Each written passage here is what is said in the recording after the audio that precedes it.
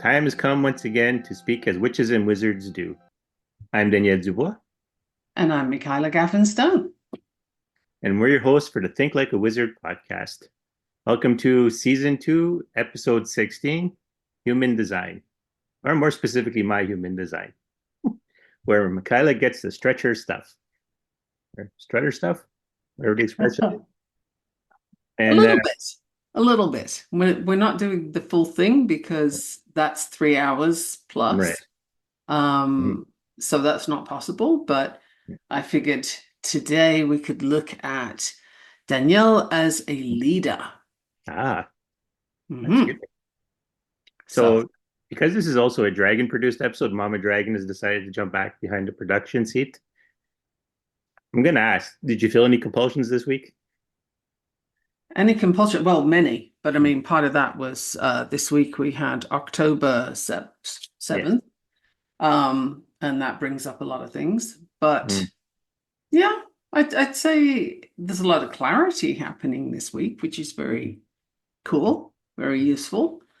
So that's a lot of what's been showing up for me, and just knowing when to not say everything I'm thinking and Yes. when to express it. Because, if the dragon is holding in all that fiery breath, Yes. there's two choices. One, you let it go and you burn a few things down, or two, you hold it and maybe burn yourself. So there are times where you just got to let that stuff go, That's true. and it'll burn a few things down. And so, been a bit of that this week, I would say. Yeah, But well, it's to be expected. Yes. it's to be expected, and it's kind of yeah, I roll that way sometimes. That's true. Being feisty gets you through life. So It does. It does. All right, let's see. That's a weird look she's giving. I don't know what it is. I guess I'm not in control right now. I guess we're starting. okay, so that's the look. Yeah. All right. Well, I've made some notes and I've got them right here. So let me start with your general traits as a Mhm. leader. And what I have for you is you're a Mhm. leader who lives your truth. And when you walk into a room, you can light up that room with magnetism and Right. with the presence of who you are.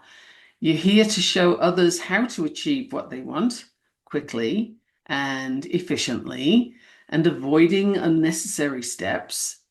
Right. And you're an example of integrity. Good so I far? get. Yeah. Yeah. I'm Okay. trying to think. Yeah, Well, that's very clear so far, and I think a lot of people who don't dislike me, or at least don't dislike me so much that I think that would be actually something people might. Well, I've actually been told that recently, so I guess that's probably okay. Well, yeah. let me give you a bit more and see what you think. All right. You have 1,000 passions and engage in 1,000 activities, responding to life moment by moment and honoring each and every response. You call on others to move and move fast. They need to trust their inner guidance, to trust their desires, because you know it's the only way to be satisfied with life, is to savor it moment by moment. You empower other people to do what feels good and not to force what they feel drains them, which is very important, is it not? There's only one life, at least we're working on that assumption. Yeah. Um, Given that assumption, you know that living this life is moment by moment thing because the Right. next minute even isn't promised. Mm, So, you're very present.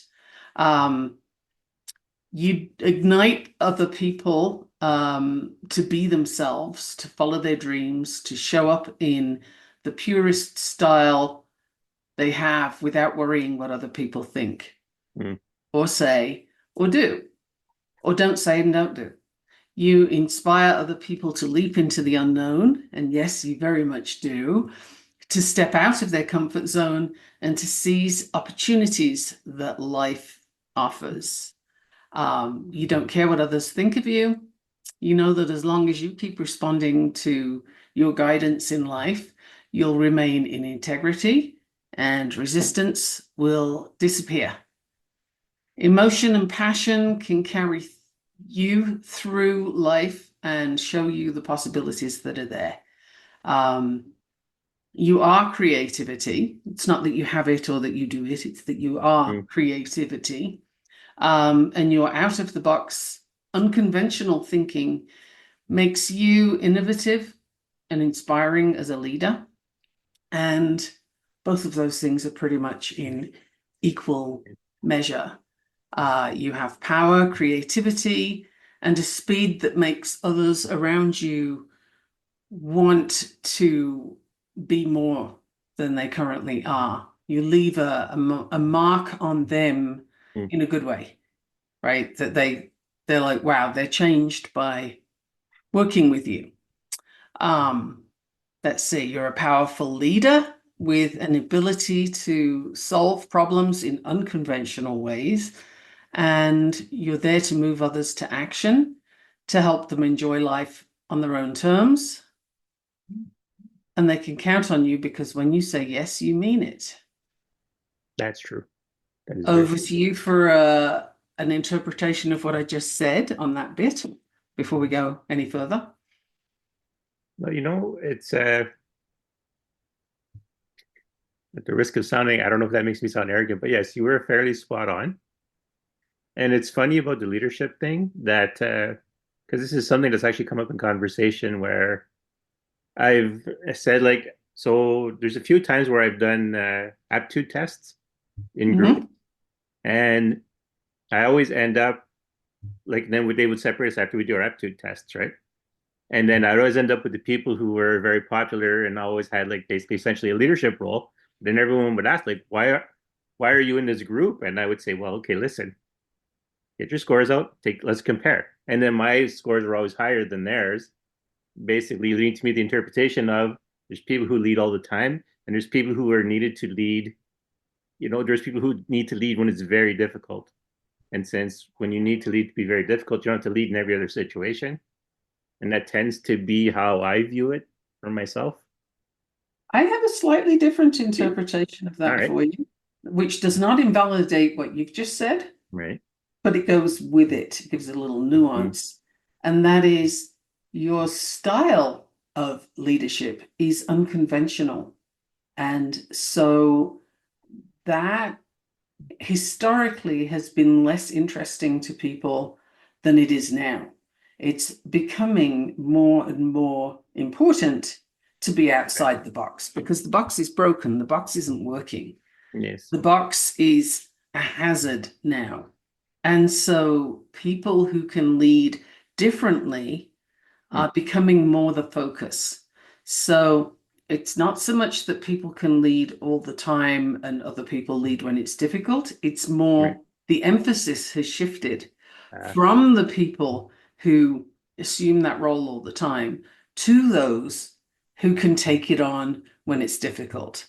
So it's a right. different nuance in what you Yes. just said, but it's important because it's part of the shift that's currently happening. And human design, Mhm. 2027 is an epic year. Like it's going to mark some massive changes. Now, the important thing is to know we're already doing it, we're already there. And anybody that misses that is a bigger hermit than I am. Because, it's very evident. but that marks a big turning point is in 2027. So unconventional leaders are Hmm. coming to the fore more now. They're needed now. So back in the day when you had your scores and everybody had their Yeah. scores, it wasn't quite obvious yet, Mm. but it was always there. Yes. So this is once again a reminder of why you're my co-host, because again, with the refining of the thoughts I present, or the bringing Yes, the it's a nuanced thing. yes, but yeah, I do agree. Like even when I don't realize it, sometimes yes, the leadership role still happens. The qualities of a leader, like one of the biggest things I've never understood about myself, and it always made me wonder why it seemed like sometimes I didn't have connections with people that I thought I should have. I was told, like, basically, this is how it was explained to me, and I'm sure we can figure out, like, find a better way to word it. But I was always told that was intimidating, so people didn't feel like they were up to being with me, Mm. whatever social sense or me or friendly sense or whatever, and that they felt So it was a lot of not a lot of effort, but they didn't see themselves as worthy. I guess that's a weird way to put it, but maybe that's exactly what it was. I don't know. I don't really so take it that way just because I'm more humble than that. But again with the nuance, yeah, and that is, were you intimidating or were they intimidated? yeah. Well, Because yes. that's so different. And sometimes people can be intimidated Hmm. for reasons that you have no control over. If for example, let's do the male female roles. Sometimes a male with fragile Hmm. masculinity is Right, going to be intimidated by a smart woman right. because they don't feel that they have the capacity to handle that. But what they're going to do is transfer it to it's her fault. She's intimidating, Mm. right? So it's a question of those roles again. Where does the individual accept responsibility for their response? And where are they transferring that onto the other person? A bit like victimhood and victim roles, right? And, Yes. and we always revert back to previous episodes when we have these conversations because they all link. But Mm-hmm. it's a very, very important difference because if other people are intimidated, that is on them. If you are intimidating, that is something you're doing. And Yes. but people will have told you that, I'm quite sure, Mm-hmm. that, oh, you're very intimidating. What that means is I want you to be less than you are Mm-hmm. so that I can be comfortable. And I call bullshit on that right away.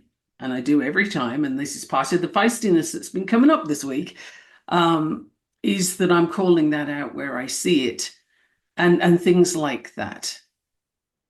I was very recently in a call where people were celebrating each other for the ability to shut someone down, to shut down Mm-hmm. things they were saying that were perceived as negative or they didn't like. Right. And I literally almost set myself on fire. I was so mad because Yeah. that is an unconscionable thing to do to another human being, given that a basic Mm-hmm. need is to be seen and heard. To Yeah. shut someone down is to deny them that. And then to celebrate that you've done that means either you're intentionally sadistic or you have no freaking clue what you're doing. Mm. In this case, I think it was the latter. I think they thought they were doing a good job and they couldn't have been further from the truth. So sometimes it's, are you actually intimidating or are they intimidated? Well, it, that is you have the explanation. It is that people have been intimidated. Yes, I've had my moments where I've gone out of my way for my own personal humor to be intimidating, but Right. it's not my normal behavior. I usually tend to like people to have a sense of security in my presence. Yeah, but it's true because like I've overheard people talking about me, and I'm like, who's this monster you're talking about? Like, Right. And it's important to sometimes stop and examine those things that people have Mm, told you because it will affect, as we're talking right now about your leadership, it right, will affect your leadership because if you think, whoa, I'm too much, which is right, typically how a woman is going to interpret that, right? Oh, I'm too much. I have to be quieter. I have to be, appear to be not as smart as I am or as right, well educated as I am, or whatever the thing is that's perceived as being too much. You make yourself smaller. And that's not what a leader's here to do. So right. don't do it. You know, I'm gonna add something onto what you just said there, and this is for the listeners for sure, because as a male, and who gets the respect of who has that particular male privilege of getting the respect, even I find as a male you can be too much for people. Hence why the people become intimidated or become. It's an interesting thing because I even started dumbing myself down for a while because it was like okay, I'm having way too much of a, I'm not causing too many waves. I don't know if that's the best way to express it, but I'm having too much of an effect here and not necessarily the effect I like. The impact is Yeah, one that you have to be able to handle as well as the people who yeah, are impacted. mm-hmm, And if they're presenting that to you as, well, you're too much, you're mm-hmm, intimidating, then that can be a signal to, like, okay, well, let me do less of that. And I don't think anybody should be less than they're designed to be. right, So that's one of the areas where looking into your human design is very helpful because you can sort of say, well, I've been made to feel wrong for that. And typically, where you've got something that's natural to you and you've been made to feel wrong for that, that's great. That's exactly where your gift is. And it's where the conditioning is from other people. Because when our gifts are in flow, mm-hmm, it's unstoppable. It's a natural energetic flow. And other people who are not in touch with theirs and have no idea what they're looking at are really intimidated, mm, absolutely, because they have no idea what's going on. And human brains don't do well with not knowing. They don't do well yeah, with a gap. And so it's a lot easier to say you are intimidating rather than to say, wow, I feel intimidated by this. Why? What yeah, am I missing? Right? People don't tend to be that introspective typically. So that's a little, put a pin in the board there yeah, that this is something where you have a gift and other people are putting conditioning on top. How are you going to unravel that? There's some work to do so that you are comfortable with what you're here to do. So that's point number one that you've got. Let me right, move into your challenges as a leader because that yes, can be fun, right? right, So I'll explain this after I've said it, but you yeah, have to learn to wait and resist the temptation to start. So you have a rhythm and a timing that is a natural force for you, and you don't have mhm, to like it. You just have to know you've got it. right, It is what it is, and you can't push that ahead. You can't make things happen before they're ready to happen. You can't make things be different to how they are. Your gift, if you like, mm, your blessing is to understand that and accept it. It's not a giving up, it's an acceptance, which is a very right, different energy. Um, if you get carried away by that urge to like move forward and get things started and I want to do this and I want to do that and the language of I should do this and I shouldn't mm, do that starts coming up, then that's a sign to you that you're out of alignment, you're moving forward too fast, or you're moving in the wrong direction. Whichever it is not important. What's important is stop and check in, have a look around like, okay, what am I pushing here? If you're doing what other people expect you to do, or you think they mm, expect you to do, and that's a whole rabbit hole that we could do an entire podcast on. But if you're doing that, you're out of alignment. That's not you. If you're doing it out of fear, Like, well, I have a gap. I'm not filling stuff in this space. I'm not getting things done. There's a fear of missing out or a fear of not achieving or something. Again, that's all out of alignment. So when you know you're in alignment is when everything you're working on is just flowing smoothly. It's easy.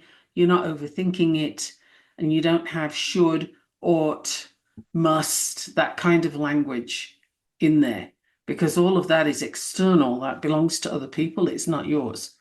Um, so your trick here is to avoid being too busy and inaccessible as a leader.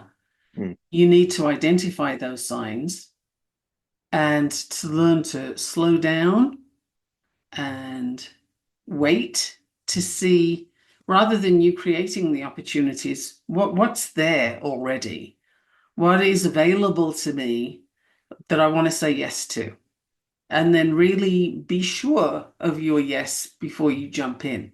Don't move forward just because you feel you're supposed to as a leader. Right. That's very important because once you do that, you tap into your power, you tap into your flow, and you have an increase in strength in what you're trying to do. So it becomes very clear once you've practiced this a couple of times, you start to really get the feel for, Yeah. oh yeah, I'm in the right direction. This is working. This is good. That's it. Keep going that way. And don't worry about the other stuff. So surrendering to that process for you is going to be your path forward. Um, and here's an interesting piece that I made note of, and that is the image you have of yourself might Hmm. not have anything to do with your nature, and it might not be how you present yourself to other people. So be aware of that. Hmm. You may see yourself very differently to how other people do. It could be an interesting process to talk to people you work with, for example, Yeah. and just don't give them any leading questions, but just sort of find out a little bit. What are the qualities that they look for? What do they see Right. for you? What do they want more of? Hmm. Because that will help you to know how to move forward. Because you can't predict what's gonna work out for them and what isn't. You can only show up authentically as you. Right. Um, so, if you start worrying about, well, what if this doesn't work for them? What if they don't like me? What if they don't like what I just Hmm. said? What if they, what if is a spiral and you can stay, it's like it's the eternal roundabout. I don't know if you've ever been to Paris, France, and seen the massive bloody roundabout they have in the middle of Paris. But if you get on that thing, Haven't. you're there for like 10 years. And it's brutal. And that's the circle of what if you will. There's always going to be more questions than you can ever have Yeah. answers for. So what if you don't ask yourself that and just trust that you're in the energy that you need to be in and it's working? Therefore, keep doing it. And what they're going to receive is up to them, right? Like I could give you golden information right now. I could give you the best thing you've ever heard in your life. But if you can't receive it, then it makes no difference. And I have no control over whether you can receive it or not. Right. So, what do you think of that piece? It's a good place to take a Yes. Well, pause. the first thing that came to my mind was that it has been said of me that I live like I'm immortal. Not in that I act like I'm indestructible, but in that I wait for everything to have its time. Okay, good. Now, to to be clear on this matter, that when Michaela and I first started doing this podcast, I was in the beginnings of the mending part of a massive burnout. So my behavior did not match that. I had noticed as I had gotten a pretty thorough burnout, all the behavior, all that seemingly immortal, all that seemingly me being an irresistible force or an immovable object, all that was gone. from perspective because I was so burnt out. Well, I had been set upon a task for doing something for someone for 20 years that they really needed. And in at some point, I'll really get into the details. Maybe I'll write a book about it. It's pretty interesting, but I'm not quite sure that the world is ready for this kind of thing yet. We did actually touch on it. Like I did, it was for my twin flame, and it was about getting her back to her, we'll use the word divine state, and that's actually more energy intensive for someone who's really hurt than it can seem like. But yeah, so I kind of lost a lot of that seemingly invincibleness or that seemingly immortal wise advisor whatever aura that I had when I was younger. But it's coming back.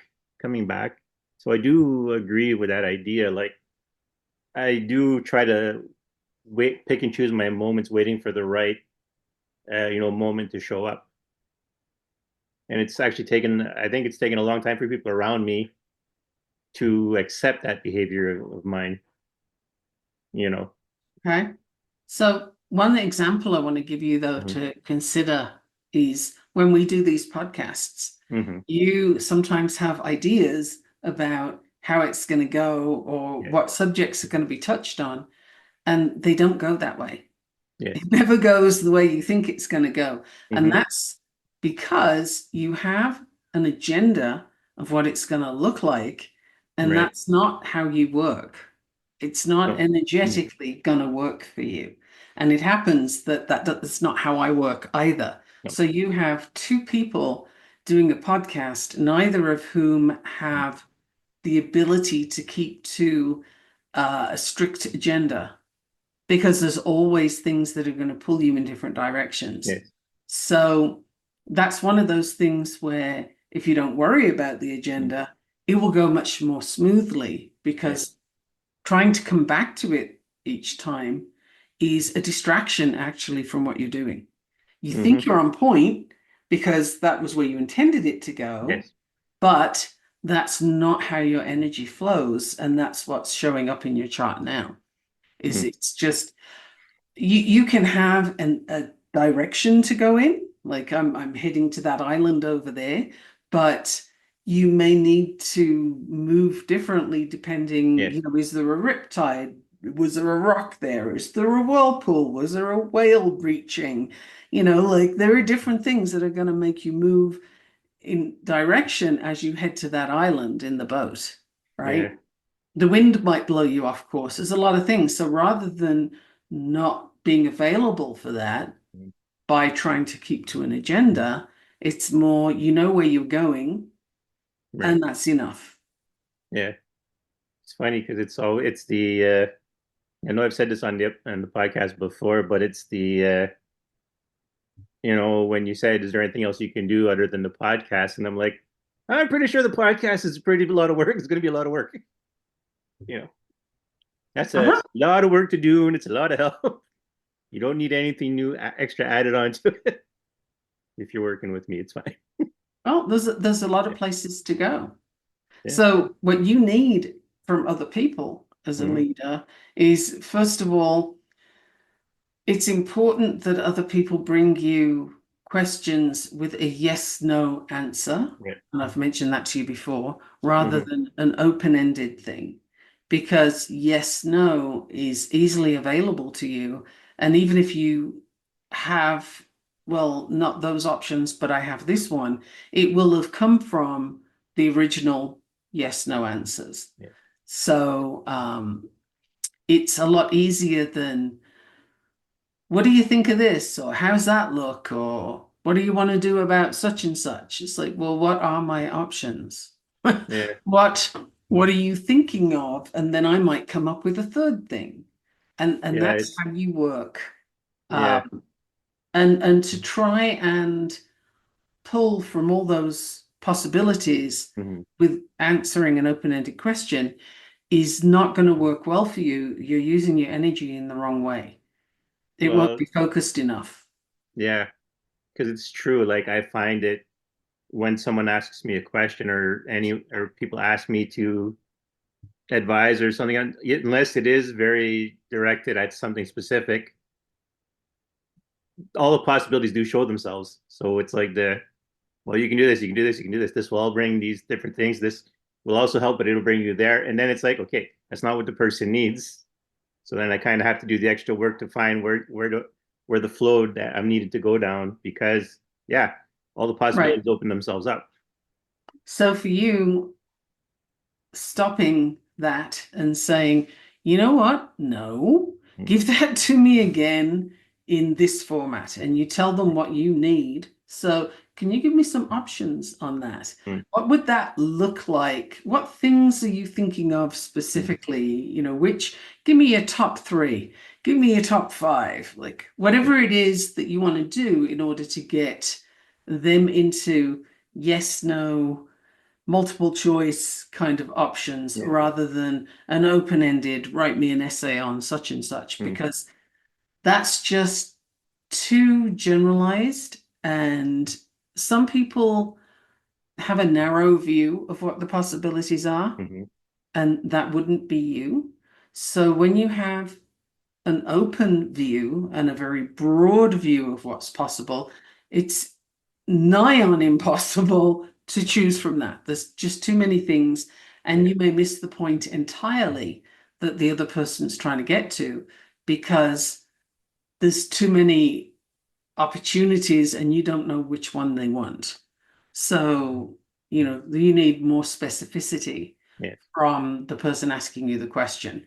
It's, so if somebody said, well, when are you going to give the talk? Danielle, I have 3 dates that would work really well. Do you want Yeah. this one, or this one? Okay, now you're going to be able to say, oh, that works. Or you might say, none of those three, but this one works, right? It set your Yeah. mind in the right Mhm. direction for the answer to come up.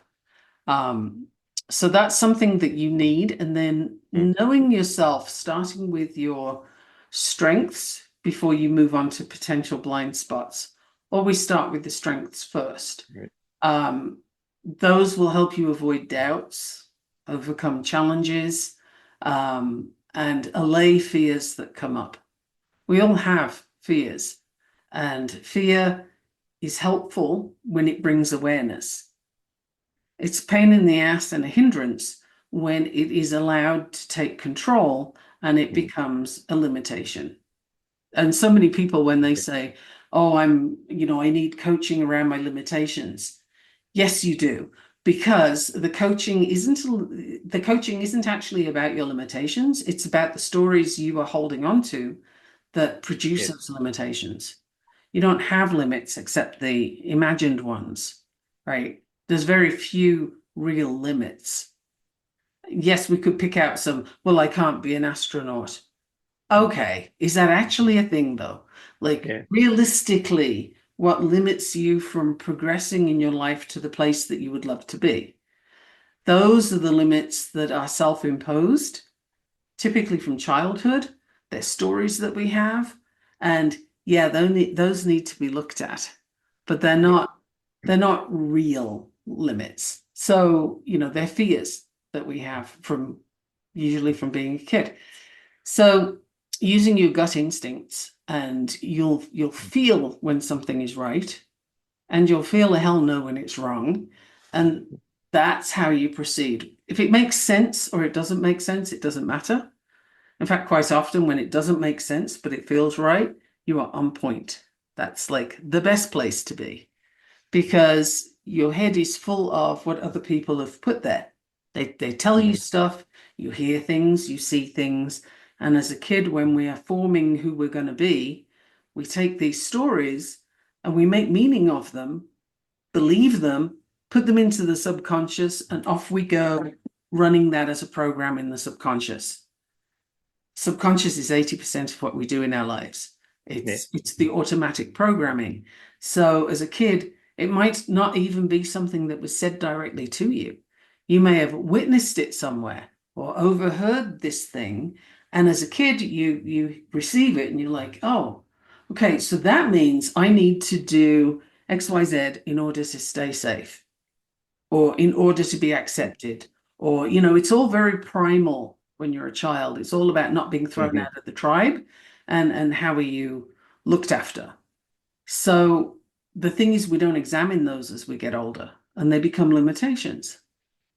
It's a whole piece on limitation there for you. I do lots of work on limitations because everybody has them.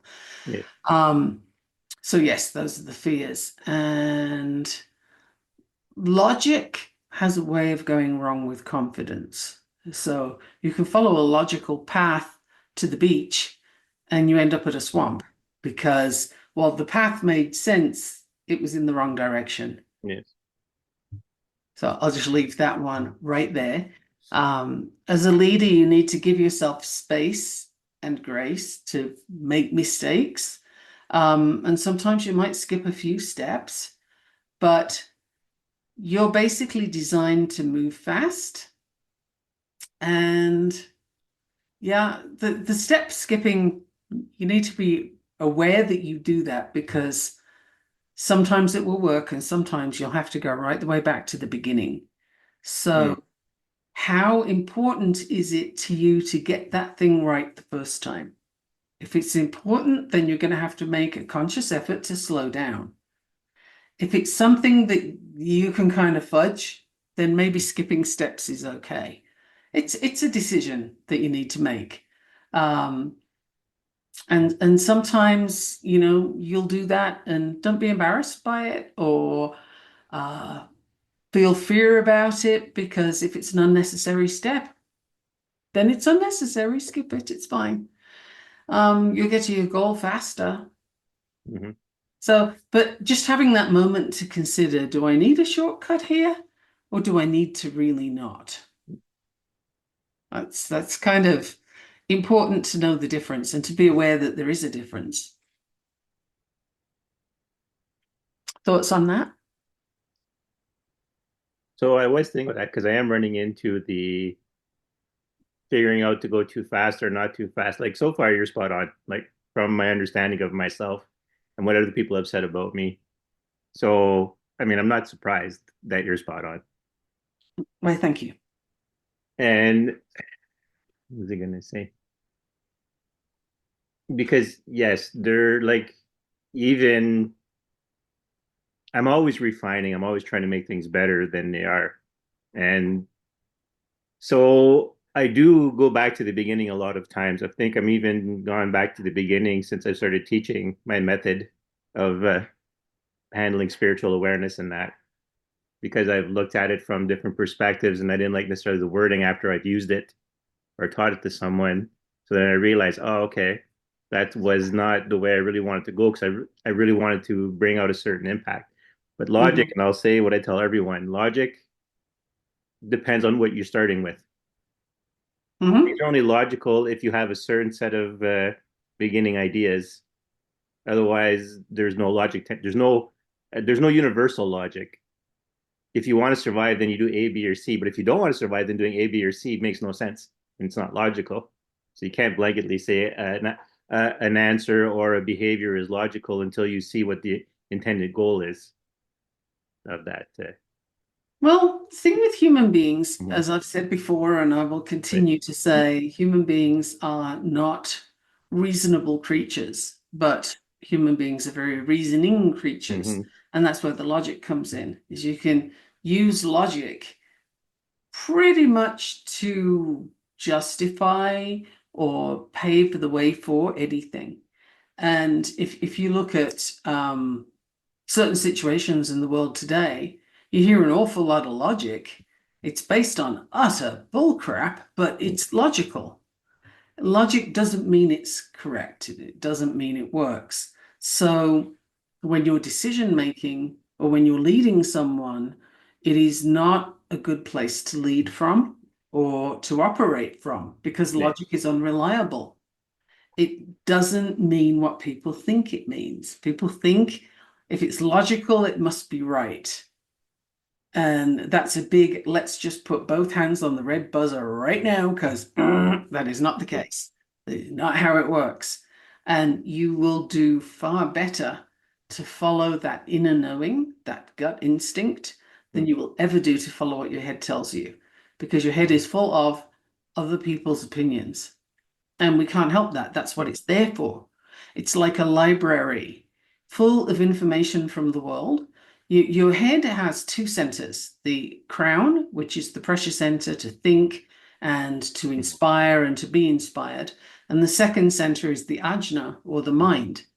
Right. And basically what you have is an observatory where you see the world, and you're in contact with the world and you're getting information from there, and then you store it in the second center, the ajna, or Mhm. the library, right? Right. And the library is a fabulous place to go and check out resources, have a look, learn some things, look at different opinions and stuff. It is not a place to make a decision.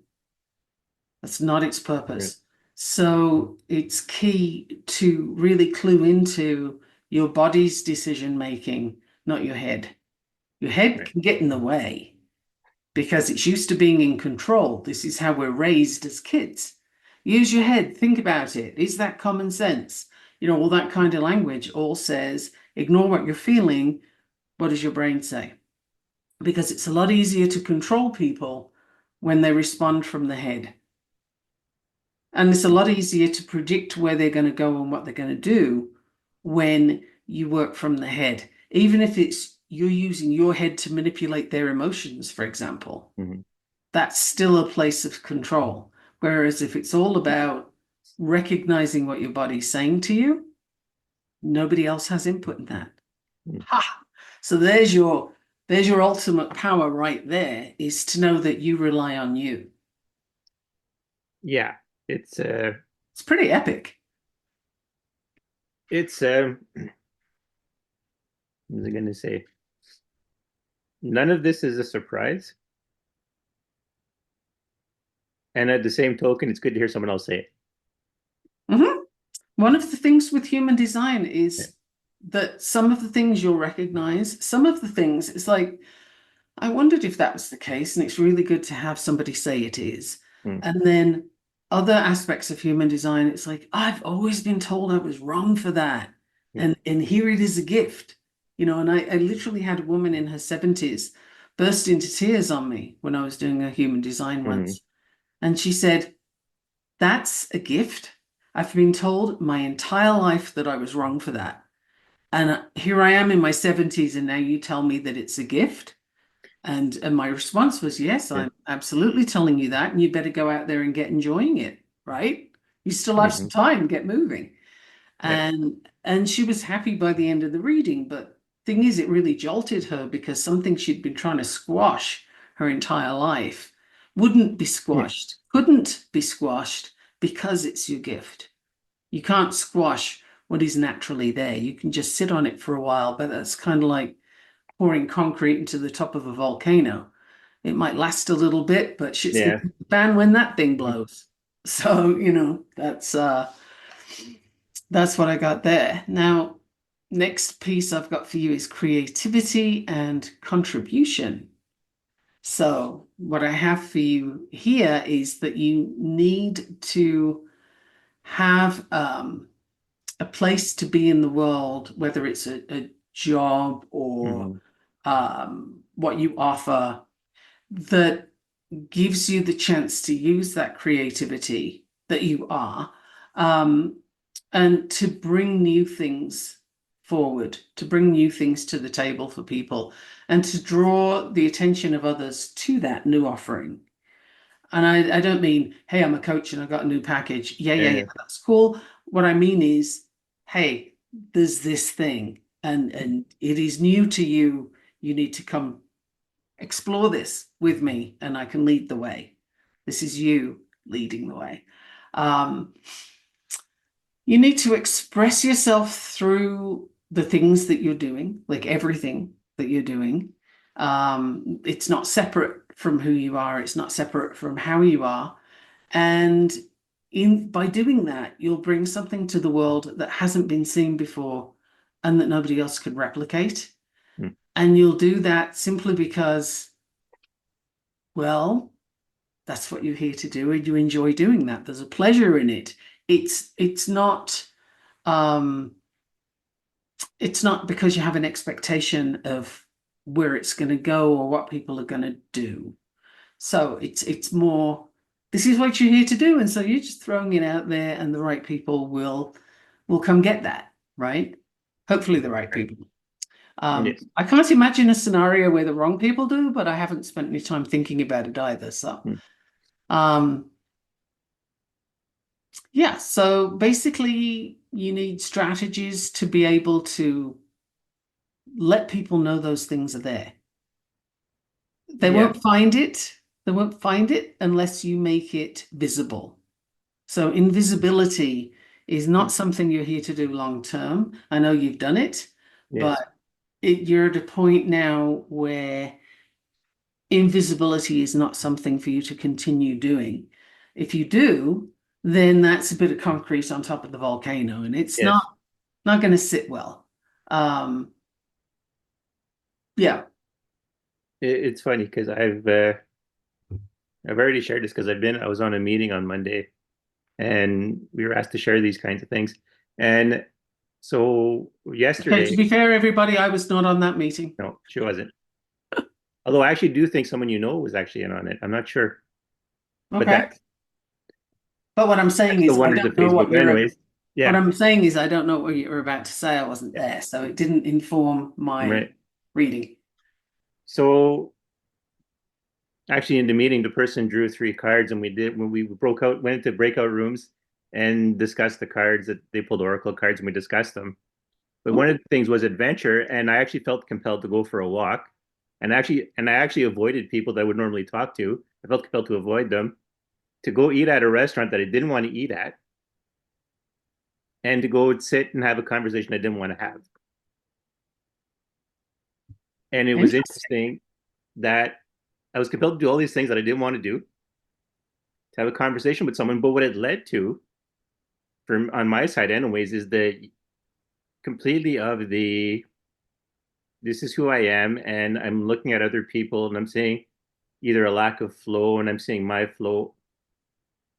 I saw what you said basically in this conversation I was having, where it's like but for the other person, I didn't. I kept it to my normal persona when I talk to people. I didn't just go all out and be full Danielle, the overwhelming sense a lot of people have of me. But it was interesting because I have been looking at everything around me lately with the view of not holding back my gifts Okay. and seeing how I react to people. And I've started to notice that I'm really having a hard time not or keeping it invisible now. Not just from not Because wanting to there's keep it no invisible, but just it's starting to drain my day. Yeah, well, that's kind of good because it's not necessary, nor is it desirable for you to be invisible. That's not what you're here to do. Right, And it's one of those wonderful examples of, you kind of building a dam in your flow when right, you try to push something that just isn't natural. So coming up with curiosity about, well, if I break down this dam and just let it go, what's going to be there? That's what you're here to find out. Those are the kind of things that um, we're here for. If you think about it, if you spend a big chunk of your time being other than you naturally are, particularly when it comes into relation with what you think other people want or right. how other people expect, we're way offline at that Mhm. point. You have like stepped off the path and fallen down the hillside at that stage because it's got nothing to do with you. Right, It's like your life is a major movie and you are the star role and everybody else is a bit player. So you get to determine their impact on your star role. They should not have the power to affect how you show up in that role. right, So it's a little bit of looking at energy delegation, power delegation, if you will. How much importance do you want to give to the next person's role in your movie? Because right. after all, you're just a bit player in their movie. Yes. So it's right and proper, it's correct for you to be the star in your own show and not worry about what other people think. If they don't Mm. like it, they can exit stage left. Like they can just, off you go. Ciao. Yeah. And that's fine. They don't have to like how you show up. They don't have to like who you are. But for the ones that do, you Mm. can lead them to new information, new places, new experiences. So that's you as a leader. Now, what else do I have here for you? You can learn from mistakes that other people have made, which is kind of cool. And putting all these experiences together, you can analyze those to make sure that you have a clear vision of what exactly went wrong rather than the immediate knee-jerk reaction to it. Yes, but then what else, right? That's your analysis piece that you're going to bring into this, because you need clarity. What was that mistake? Because if you don't have clarity, you'll make the Mm. mistake too. Yeah. Um, so something proceeding in life in a way that you can learn from other people's mistakes rather than having to do it yourself is very helpful, very positive for you. Um, let's see. You can lead in a way that determines the direction of a project. You can steer. There you go. That's a good way of putting it. You can steer from in front, and you can coordinate, plan, direct the use of different resources, whatever it is you're working on. Um, and in that way, you kind of take everybody along with you in the correct direction. Right. Um, and you empower others as you do this. So again, you'll know it's one of those little signposts on your path that, yeah, other people are feeling empowered around me rather than dependent on you, Right. right? Yeah. When people are Mhm. dependent on you, that is a sign that you're not delivering it quite right. Mm. It's not, they don't need to be dependent on you. Inspired by, yes. You can be leading them, showing them the way. You're the one with the flashlight. That's all perfect. But if they depend on you to get where they're going, that is problematic and you need to take a break. Mm. Sit down on the park bench for a bit and think about that before you continue the journey. How can you empower them? Because people empowered around you is a signpost that you're doing it right. It's energetically correct. Um, Leading by example is your style as well, and you have an independence and a self-sufficiency that is very helpful, and again relates to not having people dependent on you Right. because it's not fair to them if they're dependent on you but you're independent. There's That's unequal, it's unbalanced, and it can't end well. It's set up incorrectly at that point. And you'll feel all these things. I'm not telling you anything that you have to sit down, No, you're not. think hard. You Yeah. just feel into it and you'll know. You'll absolutely know that this is the case. Um, so those are important things. And the thing with your profile, which I haven't gone into detail in here, and Hmm. I'm not going to do that today, but to touch on it, your profile has a number in it that indicates you know things that you can't possibly explain to people. And while you may have tried in the past, I can tell you now that give that up. When somebody says, well, how do you know such and such? Or how did you reach that conclusion? Why do you think this? It's one of those things you cannot answer because there isn't an answer there. You simply know. And Yeah. that is correct. And typically when that piece of you is sort of up and active, that's when you want to kind of go into the cave and not come out and work on your things that you can't explain to people.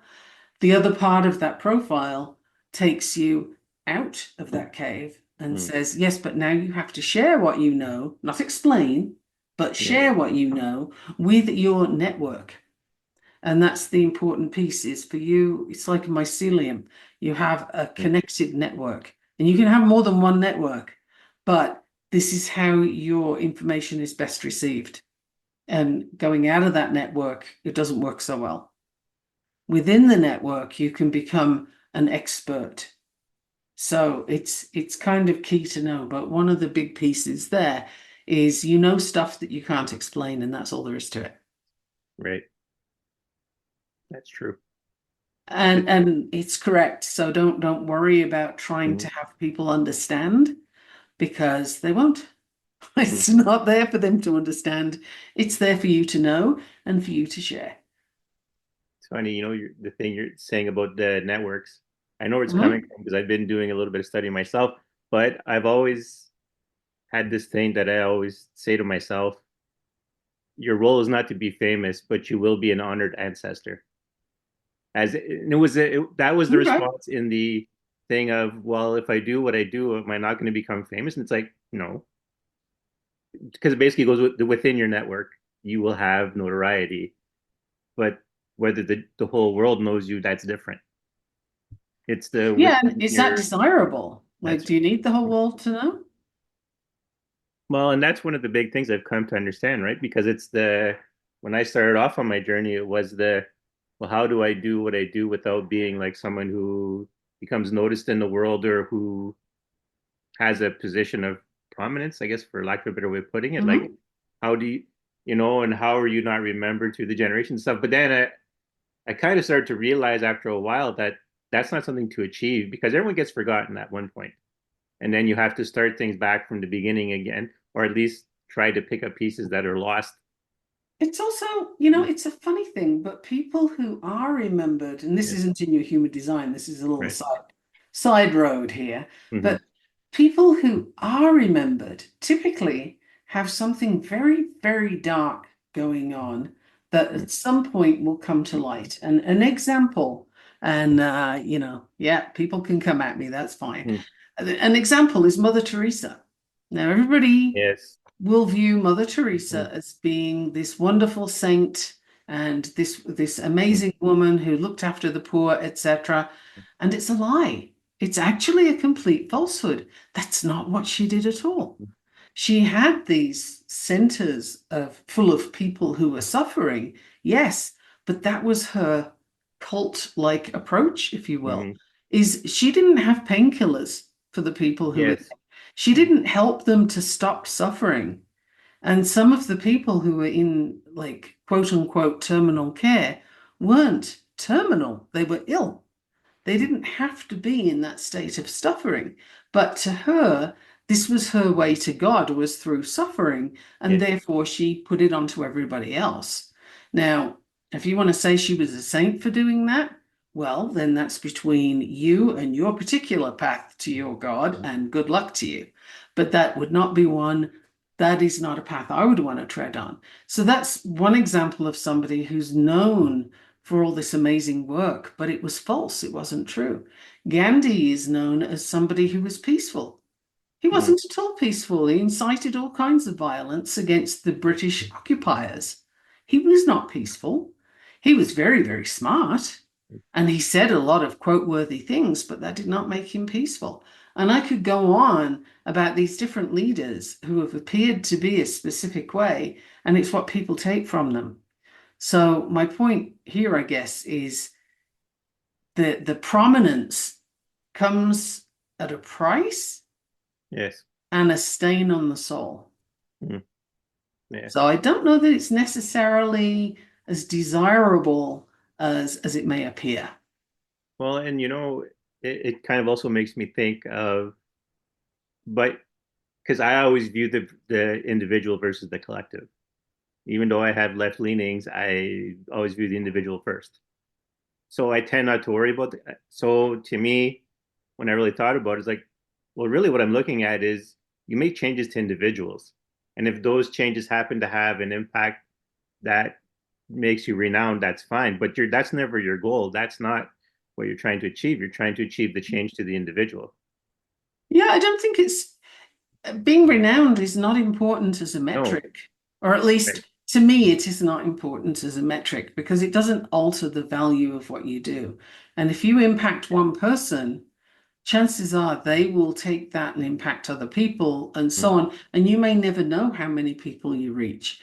But that's absolutely, again, this is my interpretation, but that's totally cool. It doesn't matter. Like it's not the thing. The thing that's important is that you show up as you with your gifts and you put those out there for those who are able to receive them. So right now we live in a time where I see it might be the algorithm, the way it's skewed to stuff I look at, but I Right. see a lot of people who are light workers Mhm. and also witches and various other forms that are not in the mundane, right? Right. Their viewpoint, their purpose in life is not mundane. It's not everyday stuff.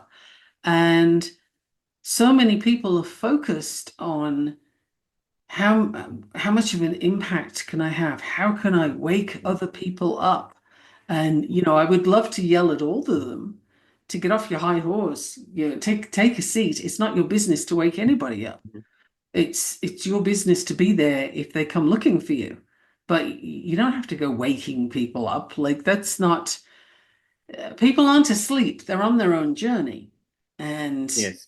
they will choose to go a path or not, right? And it's not our business to get in the way of their path, basically. Even or perhaps especially when you can see you'd be so much better off going over here. Right. And that's tough as a coach, right? Because you can see so often, man, your life would be so much easier if you just do X. But Yeah. you can't make them do that. And they won't hear you until they're able to hear. Yeah. So it's the sort of being renowned is a bit of a distraction. It's not It is. it's not helpful and it doesn't make what you do any better. So let's see what else I have. You need freedom to meet new people and expand that network we were talking about. Hmm. And that can be that you go and have more conversations with people you've never met before Yes. and maybe set up your laptop computer in the local coffee shop once a week and Yeah. talk to whoever comes in. That it could be as simple as that. But something where you interact with people during the day and not based on anything other than here's a human being who happened to walk into my Right. environment. Um, it can be interesting for you to see what comes from that. You might make some really good connections. Another characteristic of your ideal role in the world, whether that's a job or whatever else it is to maintain the possibility to try out new techniques, new activities, to discover new skills that you have, you're just not necessarily aware of them yet. And just Mhm. because you haven't tried something doesn't mean you can't do it. Mhm. You don't know. You haven't tried it yet. It's like the kid that says, but I hate Brussels sprouts. Have Yeah. you ever eaten one? No. Have you ever seen one? No. But I hate Brussels sprouts. It's like you don't know till you try it. And you might be right, but you might not. And there's the opening, there's the adventure, right? So your network as you build it needs to be enriching and to feel enlivening, if you will. Like you Yes. need to feel that you're in the right place with the right people, Hmm. and that you're comfortable there. Not the same as comfort zone, Right. which is never a challenge, but it's more that you feel like you're in a safe space, Mm. for want of another way of putting it. How does all of that land? It does. Actually, for lack of a better way of expressing it, and for the joy of my own humor, I've threatened to learn the recorder in the future goal of learning the flute because flutes are expensive. So I thought I'd start with a recorder because I got one for free. So Well, why not? yeah. Well, I'm under the impression that music plays a role at some point. Music is a fabulous vibrational connection. Yes. So it does matter, and I think it's a huge disservice to us all that music's been taken out of school. Now, did I enjoy having to learn the recorder at school? No. Is that the point? No. Sometimes it's the way a thing is taught that makes it not enjoyable.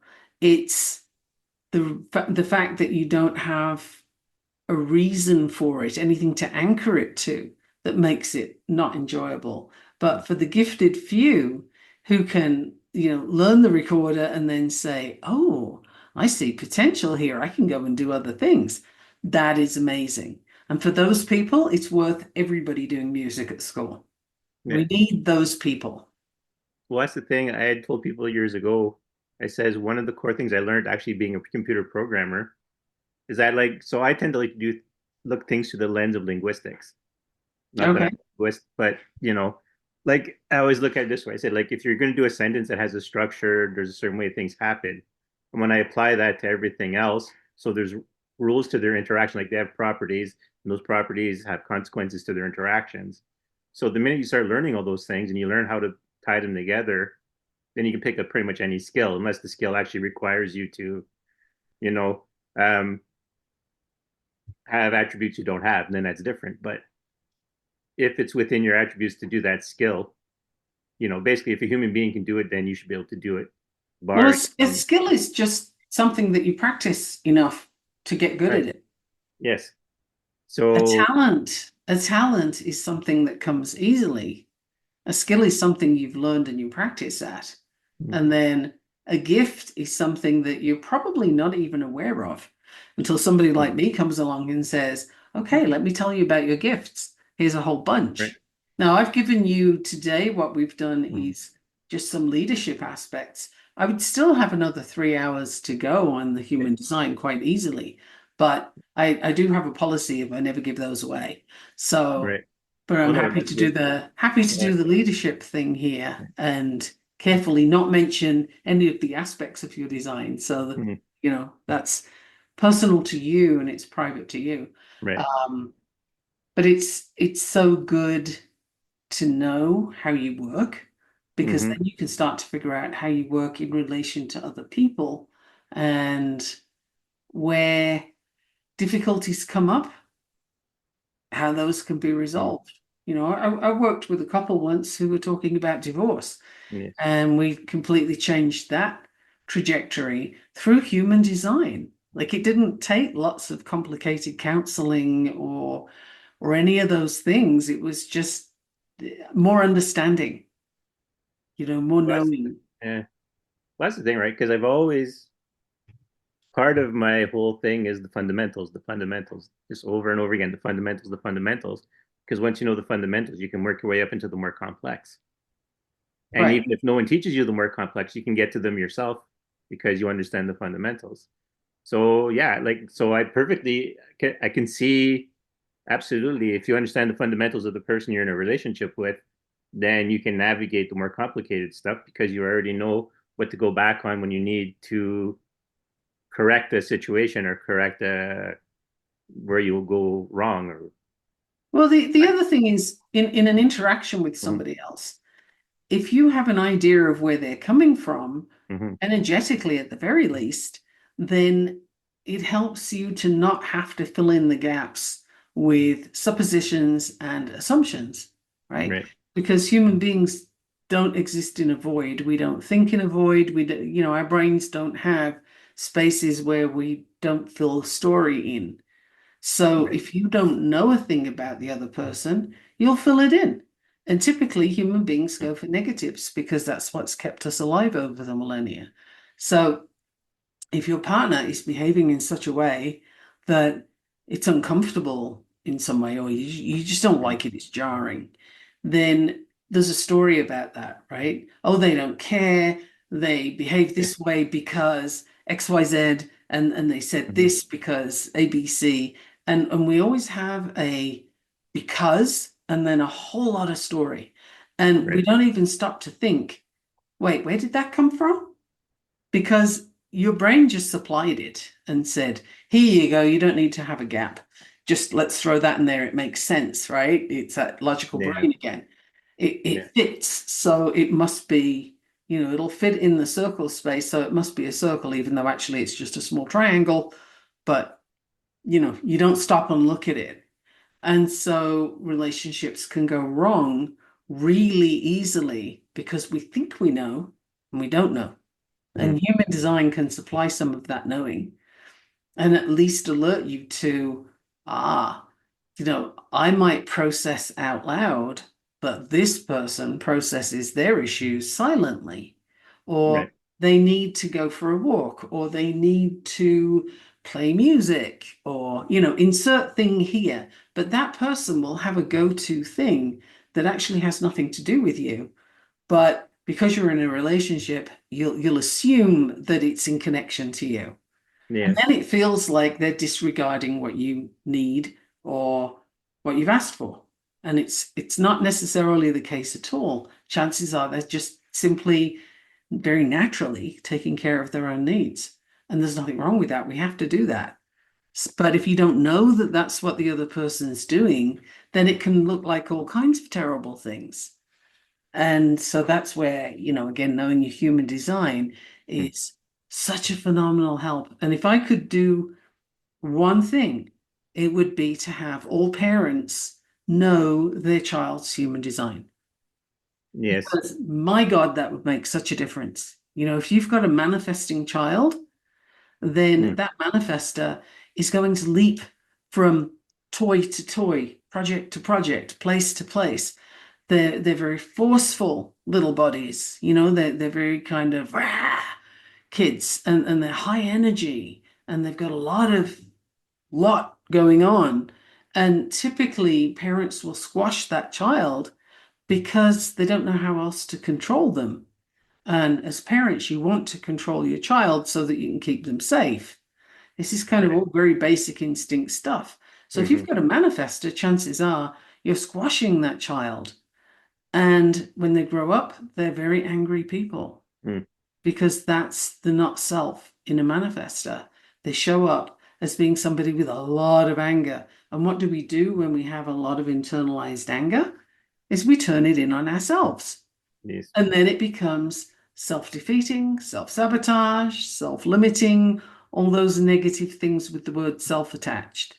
And Yes. self-talk will be negative. And that's just 8% of the world's population. But the point is, it's 8% of the world's population are being squashed by their parents. Yes. And the parents aren't doing that intentionally. They don't know they're doing it. They don't know what else to do. And that same individual, when they grow up, say they go to college, let's assume they choose Hmm. college, and they might be doing a 4-year degree. And they might decide after 6 months that they've had enough, thank you, not because they're quitters, which is what they've been told, and they probably feel very self-damning about, but Right. because they've learned everything they need to know in 6 months. Their time frame and everybody else's is not the same. They're on an accelerated time frame. So that manifester is going to be complete in 6 months instead of in 4 years. Or, that's an Mm. arbitrary number, but you get the idea. Right. So that's just one of the 5 designs. Everybody has something very different that if you know what your child has, or if you have more than one kid, I put money on it, you have more than one design going on there. And how do Yes. you interact? How does your design interact with that design? So if I could do one thing, it would be to have people know their family members' designs, but especially their children, and as early as possible so that they don't squash the poor little buggers. Yeah. Because we do that all the time. Yeah. Let me see. There is something to be said here.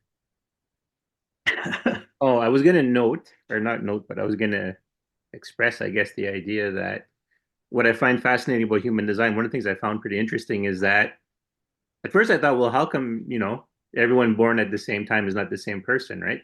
But you have such variety built in, right, to what a human being can end up being, even if you just look at it from the perspective of when you're born, where you're born, because the years you're in different places. Like I, I'm trying to think of how big the actual cycle is moving through all the, moving through everything astrologically or astrologically is the word I'm looking for.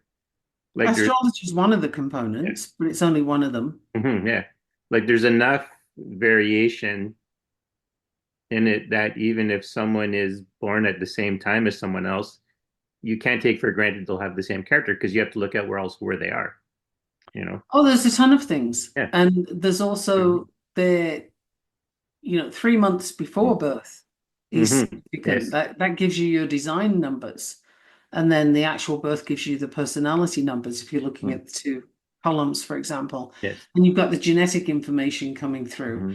But astrology is just one of the features of Mm-hmm. human design. And when you bring all the other pieces in, it's got to do with not only where the planets are, but also major asteroids. And then you've got where you are in relation to them, what time of year it is, what time of day it is. Like there's so many cycles going on all at once that you are a particular pinprick in a multitude of possible cycles, and nobody else is going to be exactly that. It's like Right. if you take a cup and you dip it into a river and you bring out water. Yup.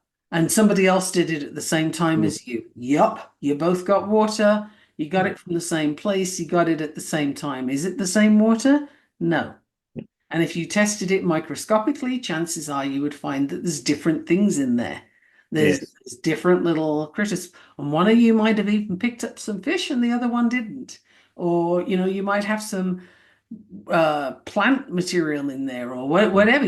One may have gotten a rock, the other one got some mud. Like Mm-hmm. same river, same time, same location, not the same water.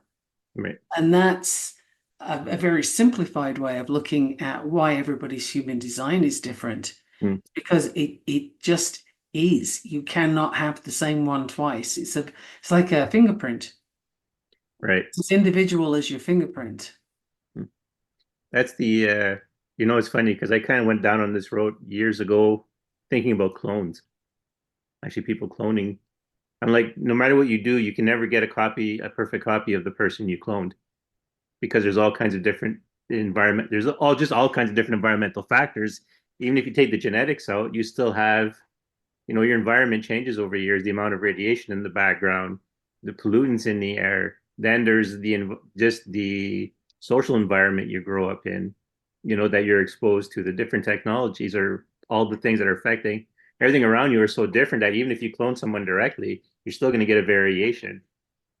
There's also, when you've got genetics going Mm-hmm. on, which we all do, right? So Mm-hmm. you have genetics. And then if you look at genetics as a block of information, and then on top of that block of information is a switch, a light switch, if you will. Yes. And epigenetics Mm-hmm. responds to your environment. So if the environment switches on that light switch, then the block underneath becomes lit up and activated. If it doesn't switch it on, then it stays dark. And we all have all of that going on. So it's like, to use another metaphor, it's genetics load the gun and epigenetics are the trigger. The Right. environment pulls the trigger. Well, that's the thing. One of my favorite examples of this is I was watching an interview with one of the people who worked on the Human Genome Project. Okay. He was being asked, well, then if we've mapped the human genome, then there's no surprises, right? And he goes, well, he says, I'm going to tell you something, and I'm going to paint a picture of this guy for you. So this is a middle-aged man, and he's got long curly hair, like a full head of thick curly hair. And he Okay. says, what might surprise you to know is that I have the gene for male pattern baldness. He says it just didn't get activated. Then he wanted to explain, right? It's not just a question of having the genes; it's also what's activated as well. Absolutely. So you may have let's move to health and fitness and stuff for now. Right. So you may have the gene for predisposition to diabetes. Mm-hmm. It doesn't mean that you will inevitably be diabetic. It does Right. not mean that that switch will get turned on. What it does mean is that you are susceptible to particular triggers. And so you need to be more careful than somebody who doesn't have that primed and loaded. Mm-hmm. But just because the gun is loaded and there's a trigger on the gun, it doesn't Right. mean it's going to get pulled, right? So the difference then is, what do you do about the environment around you? And one of the things that makes a huge difference, particularly in the US today, is chemicals. Yes, I could get onto that talk any day of the week about the chemicals in food. And frankly, that should be illegal and anybody that ever listens to this from food industry, Yeah. you want your ass kicking. Like that is just, I have a lot to say on that subject, but that's not the piece I'm going for right now. That's Right. just always there. Hmm. It's stress. Stress causes, chronic stress especially, causes a release of stress hormone cortisol. And Hmm. cortisol has a big impact on our systems, including the production of insulin. Mm. And so somebody who is genetically disposed to becoming diabetic has much more of a hair trigger and a loaded environment, if you will, when they are facing a lot of stress because the cortisol is increasing their chances every day that they're flooded with it. It's increasing their chances of having higher glucose levels and therefore diabetes. So stress can actually cause diabetes. Yes, Mm. it can, and it does. And in the US, it's a huge problem because of the struggle nature of society here and the way everybody sort of adopts this. If you're not working three jobs, are you even trying? Yeah. And well, yeah, you shouldn't get more than minimum wage because reasons like whatever the hell it is. But Yeah. there's a lot of struggle and a lot of stress, and people accept this. And yet it leads to ill health. Hmm. So yeah, that's a whole other thing, but it's not because you're loaded that way it's going to happen. Now, when it comes to human design, so in case I think I'm hearing a question of, well, can I change my design? Or if I don't do X, it'll go away. One, no, you can't change your design. It's like changing your fingerprints. In fact, less so, because you could do damage to your fingers and Yeah. change it that way. You can't change your design. Your basic, how you were designed is how you were Hmm. designed. What you have choice in is what do you do with that? And do you use it effectively or do you do battle against it? Do you sit on things or do you embrace that you have that part of you working in that way? Like, how you operate with that is up to you, just like it is with your genetics. How you Yeah. operate with that is up to your environment and what you allow in it. Yeah. It's interesting because this came to mind when you were talking about, you know, uh, diabetes and the predisposition if you're, and how stress causes it. It kind of made me think about just how fascinating, even if people listen to this episode and they don't really do anything with human design, just understanding your basic structure of who you are as a human being or what human being or living things are and how it has an effect on everything that happens around you, illnesses, happinesses, jobs you take, like just, but again, it goes back, right? If you know your foundation, then how that expresses itself in different environments. Like it's fascinating. Like to me, like what you were saying, and I was just in my head, I was just like, oh my God, this is so interesting. This is so great. I'm glad I did this episode. Like we did this episode because it's like it brings back that passion for me. Great. Well, that's very cool. That's obviously something that you're here to use and work with. And Yeah. that's what I love about human design is it can help you find the spark that's been sat on or neglected in some way. And it's typically because we think we're supposed to do that because somebody said so, or we were shown that, or you just pick it up from the environment. I mean, when I say pick it up from the environment, look at any teenager ever. And what's the first thing that comes to mind, apart from, I wish they'd wash their socks and clean their room, is peer pressure, Yeah. right? Peer pressure makes all the difference, and who they hang out with makes all the difference. Well, yeah, it does, but doesn't alter who they could be. And it doesn't alter their design. It's just their environment is pulling Mhm. different triggers, Yeah. right? The kid who hangs out with a bunch of druggies may very well end up doing drugs because that's what everybody's doing and that just seems normal and that's what you do to be accepted in that group. The kid who hangs out with a bunch of math nerds may well end up being a math nerd, right? Yeah. Because even if it's not Hmm. natural for them, they'll work on it. And that's a case of environment pulling the trigger on what you're going to show up with. Mm. It's when we let other people's stories dictate what we're really here to be. You know, an example that just leapt to mind is a woman I did human design for. She was a medical doctor, Right. and she became a medical doctor because her family were all medical doctors and they wanted her to be a medical Mhm. doctor. This is not shocking. Asian family as well. So it's very important that you're either a doctor, a lawyer, an engineer, or a failure, right? Right. That's the script. Yeah. So, and she acknowledged that, yeah, that was the script. But in her family, they particularly wanted a doctor. However, what she wanted to be was an artist. And Mhm. what she actually was in her soul, in her energy, in her Right. talent, in her gifts, was an artist. She hated being a doctor. She hated every second of it. She totally didn't want to be doing Mhm. that. It didn't light her up. She felt miserable. She felt stressed. She wasn't sleeping.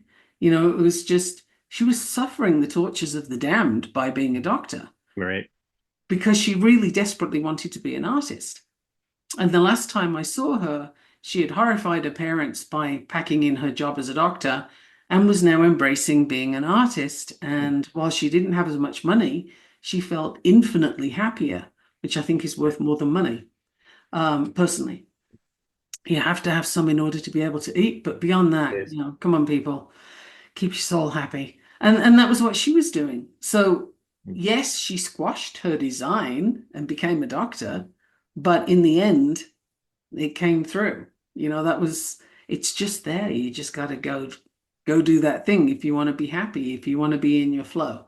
So knowing it through your design is it's a shortcut, if you will. Like saves you an awful lot of experimentation if you actually Yes. know what's there. Mm. Yeah, and it makes me think of all the media I grew up with. And I think I don't watch as much stuff as I used to, but I know growing up it was the all you got to go out and be adventurous and learn your stuff.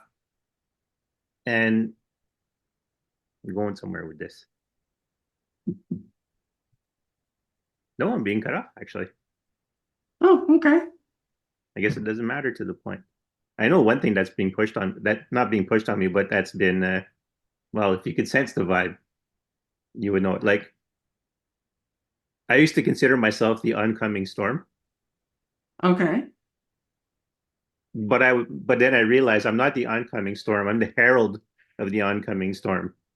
But Ah, when I saw myself as the oncoming storm, what I was doing was trying to hold back the storm because I figured, well, what happens is my fault. I'm the storm, but I'm not the storm. And I kind of now, when I've come to that realization not too long ago, well, actually, well, maybe more than a little while ago, there's a big difference in how I feel the flow of energy. There's a big difference in how I work with people because instead of me being the thing that brings change to them, I'm just preparing them for the change.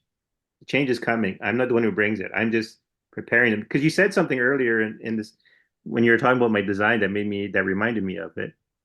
And I thought I'd note that to myself and talk about it later. And yeah, the difference between looking at myself as the catalyst for change rather than preparing people for the catalyst of change, when what I'm doing is preparing them for the change. you can show them the way, but you can't make them That's right. Yeah. experience it. Hmm. Yeah, pretty much. Yes, the herald That's, announces what's happening. Because I yeah. always viewed it as like, and in all honesty, this is how it pictures in my mind, right? So the oncoming storm. So there's a storm, and then as the herald, and because a lot of episodes lately about dragons, I always viewed myself as a dragon, riding the winds of the storm, but being ahead of the storm, right? And for some reason, I always view myself as a silver dragon. I don't know why. Hmm. That's a weird thing. I don't, and I can't think of anyone who knows me who would describe me that way if they were thinking what kind of dragon I would be. But and so when I sat down with it for a while, I realized I help people prepare, you know, for That's a really good thing because right now we need a lot of preparation because there's a yeah. lot coming, and it's the choice that people have is in Mhm.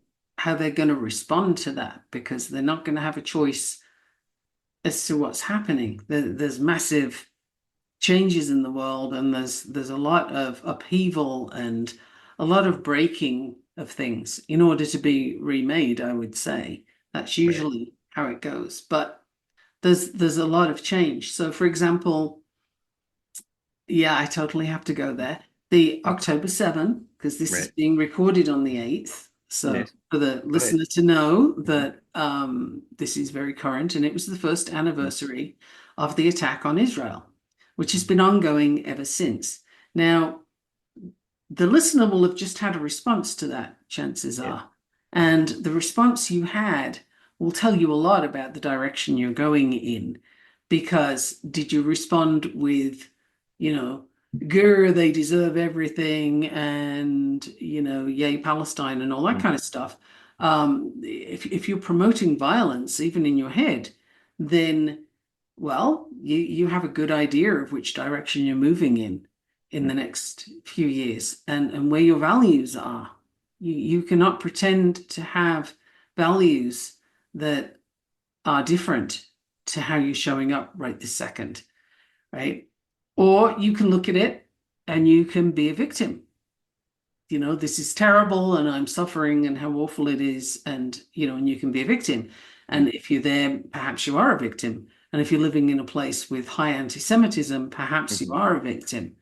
However, you can still look at that with different eyes and say, okay, things that we thought were resolved aren't, things that we thought had improved haven't. And now we have a new reality. We have a new set of eyes on this reality, if you will. And how will we build from here? What will we do to come back stronger and more resilient? And Mm. so these are some different pathways. One is very negative and destructive and very angry and needs work because that's not a great place to build anything from. Right. One is in a place of disempowerment and stuckness, which is also not a great place to build anything from. And one is saying, okay, this is what I see, this is what is coming from this. Now, how do I build? And looking proactively forward. This is just one example using October 7. You can Right. use any number of different examples. This one happens to be current and happens to be very present for me, Right. um, hence using it. But your response to that gives you a lot of idea, or it can do, about just where are you in your relation to humanity? Mm. Where are you on your soul journey? What lessons are you learning? What are you here to learn? And so on. Because this isn't a question of who's right and who's wrong. That's human judgment. And Mhm. it depends on who you ask, right? If you ask a Hamas supporter, they're going to say that they're right. If you Right. ask me, I'm going to say they're wrong. Right. But that's not the point. The point is, what are you building from? What's your energy? And are you using it the way you were designed to use it? Mm. So the storm is happening, it's here. And as you were mentioning, whether you were the storm or the herald, I was Yeah. thinking my own design at this point has a very strong theme in it. And for the listener, when I do human design, I always see two or three themes at least in anybody's chart. I can't not see them. I was never Right. taught to see them. I just can't not see them. Mhm. And one of my own themes is I have a very strong streak of justice, a sense of justice, equity, fairness. These things are immovable for me. They're absolutely in rock. They are the thread of gold through the rock that cannot be removed. Right. And it's something that everything I do comes from. So that is part of how I show up, being rather feisty wherever I need to. I'm a very strong advocate wherever I feel there's injustice. Um, and I've put myself into some difficult positions with this before now. I've gotten myself into Mm. trouble many times, and I'm quite sure I will do it many, many more times, unapologetically, because that's what I'm here to do. So maybe I'm the storm, but it's what I'm here for. And I can't, I've had people ask me if I can be softer. Can I not, be quite so in your face about it? And it's like, no. What you're getting is what you're getting. That's it. That's how Yeah. I show up. You know what? I'm going to tell you something. So we've known each other since May, right? Is that all? Yep. Huh. Okay. And I will say one thing I've noticed about you. I never stop you from saying anything you want to say because there's one thing that to me is fairly obvious is that you're easy to defend Oh, because there's okay. nothing you're doing that's coming from a place of malice.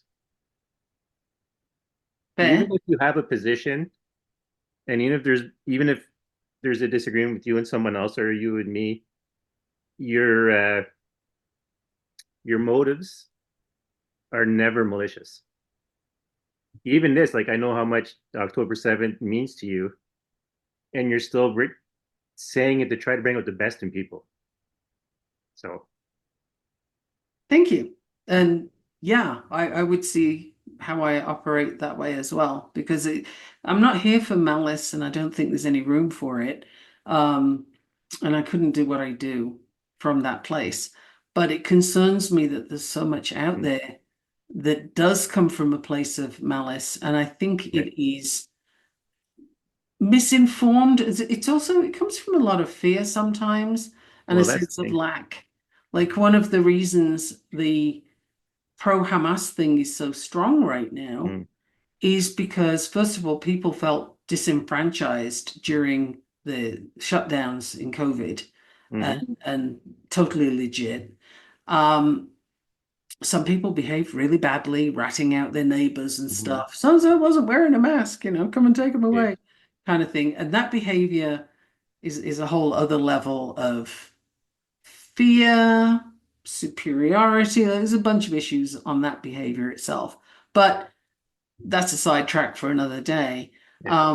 The thing with the disenfranchisement Mm, was people then felt, so many people, and still do, they felt like they didn't have a purpose anymore. They don't have a point. They don't have a direction they're going in. What they were doing before got taken away in some way, or maybe they had in an uninterrupted, or rather very interrupted, social skill development, particularly for teens, for example.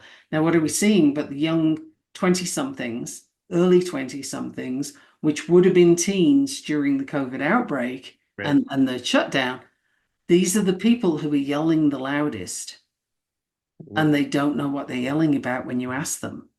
But what they're really saying is, this is giving me a sense of purpose that I have not had yeah. until now. And the slogans are catchy and simple, so everybody can use them and they feel good. And that's literally how we've gotten, in large measure, to where we're at now. Is people are doing this because it gives them Yeah. a sense of community and belonging. They can all have these campouts and this yelling and what have you, right? Yes. They have the community and the belonging. They have a sense of righteousness, Mm, even though they don't really know quite often what the hell they're talking about. mm, But there's a sense of righteousness there, and this keeps them going. It feeds them. And when this stops, which it will eventually stop, yeah.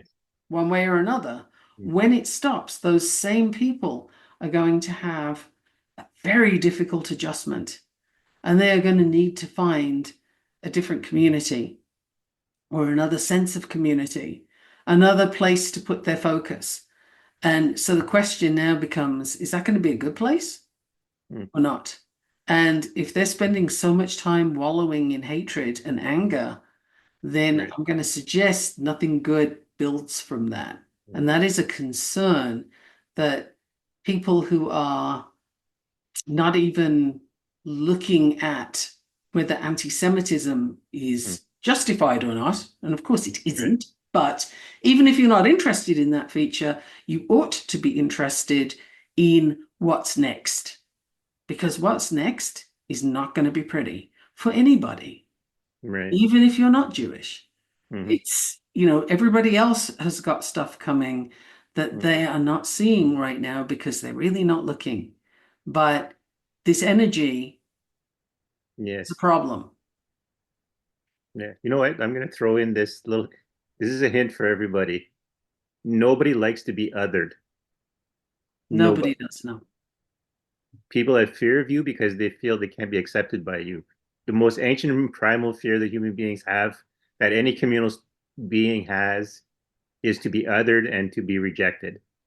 And it seems like I don't know if I want to use the word trite, but it does seem like such an overused concept, but it's literally the foundation of it. We've discussed this before on the podcast. It's like I get better success with people because even if we're supposed to be in opposing groups, I never make my opponent feel like they're other. Right. And it automatically clears a lot of tension. It automatically gets rid of a lot of malice, a lot of anger. And then any anger that remains probably has a basis in something that needs to be resolved.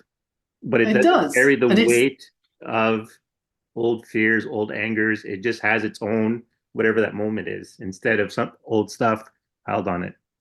and it's typically not the thing that they're talking about right now.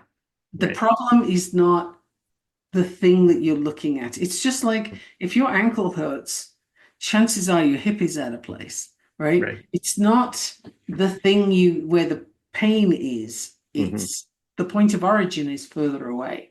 And Yeah. that is, I think, what's happening for a lot of people right now is this situation is fulfilling needs that are being met, but they're being met um, in a very unfortunate way. Yes. It's not positive, nothing good is Mm-hmm. going to come out of it. Um, yeah, it's very problematic. But the bigger point is that moving forward after this stops, which it will, because all things Mm-hmm. do. Right. What's next? Coming from here, what is next? And that's something everybody needs to be concerned about. And then once you acknowledge that that is an issue, it's going to be an issue, probably around 2027, funnily enough, Right. then the next thing is what are you going to do to help address those problems before the snake bites you? What are you going to Yeah. do to address its hunger? And Yeah. and how is that going to be resolved? And I don't know that we have the right political climate for that No, resolution to and happen anywhere, any yeah, country. I don't think we have it. yeah. Because in fact, not that we have the hugest impact yet. I said yet. I'm gonna actually post this out of turn because this is actually a really good episode. I'm gonna actually post this out of turn. I think this is gonna be the next episode I put out instead Okay. of the one that follows because actually, we did really hit on something, and I think it's actually really like we've hit on the word fundamentals of people's behavior right now. They went through a period where they felt isolated, and everyone is stoking that fire of othering each other. Hmm. Probably a good time to put a message out there that's not othering people. Yeah, and I've been posting recently Mm. about, as I mentioned at the beginning of the podcast, Yeah. shutting someone down and how, people are currently celebrating their ability to Yeah. do that. This Hmm. one particular group, anyway. And I was horrified when I heard that. I had assumed, and this is, that very human assumption thing, Yeah. I had assumed that they didn't realize. And then when I heard them celebrating, I was like, okay, they don't realize, but it's a different level. It's Yes. they know they're shutting people down. They just don't realize, I think, how damaging that Yeah. is.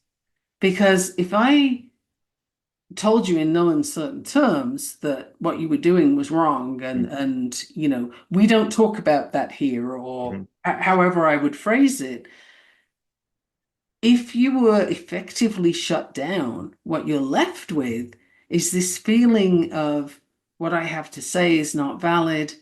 They don't want to hear from me. They don't like me. They think I'm a problem. They think what I'm Mm. saying is a problem, et cetera, et cetera. You can see Yeah. the train going off the tracks right there, Hmm. right? And Kind it of is an theme. utter train wreck. Yeah.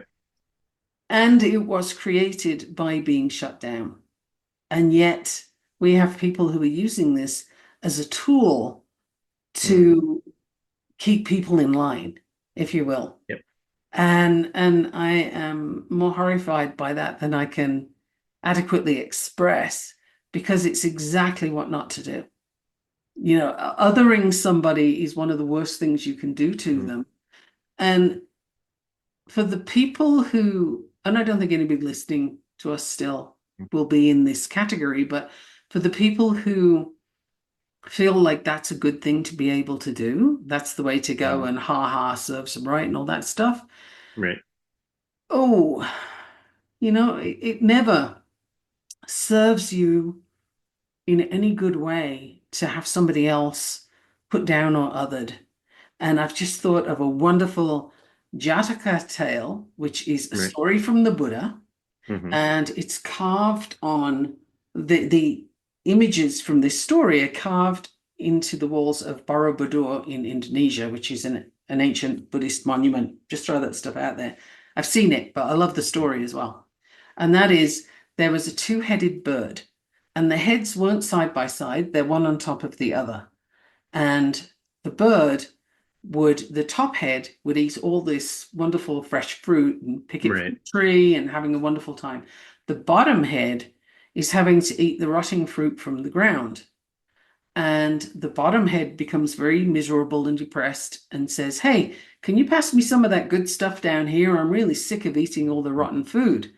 And the top head, who's having a rare old time, said, "No, you just get on with what you've got there. I'm eating this."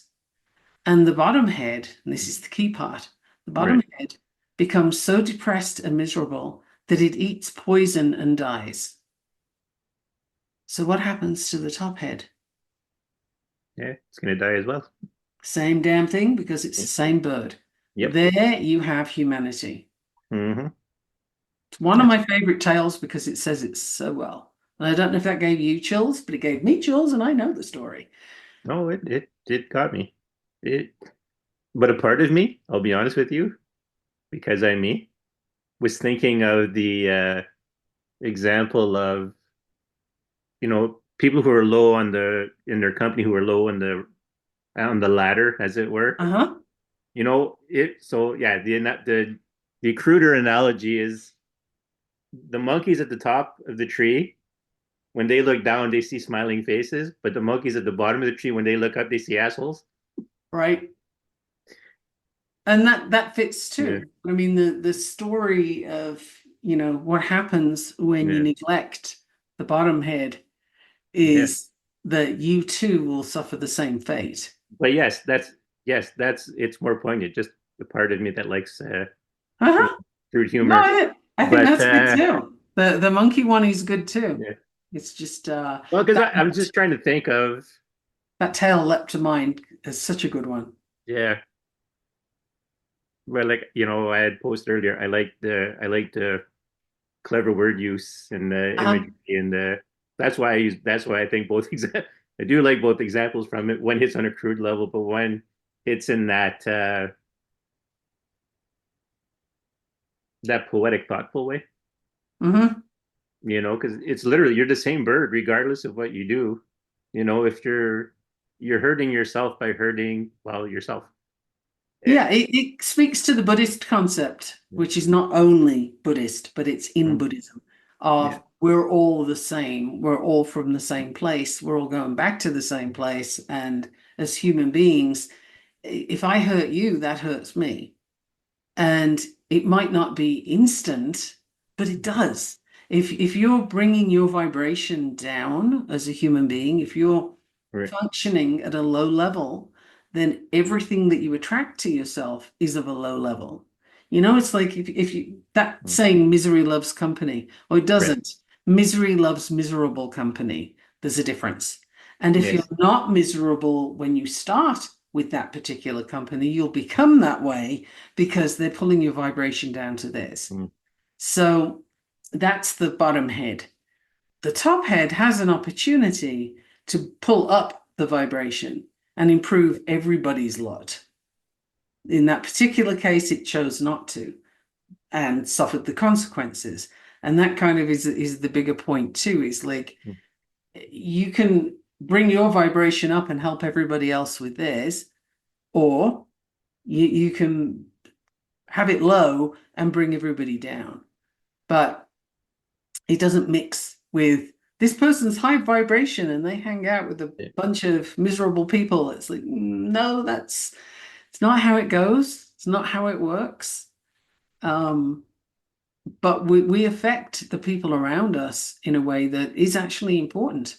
So if you're intentionally harming somebody else, and if you're going back to the October 7 thing, if mm, you're advocating for wiping out an entire group of people, mhm. wow, wow, have you got some Yeah, work to do?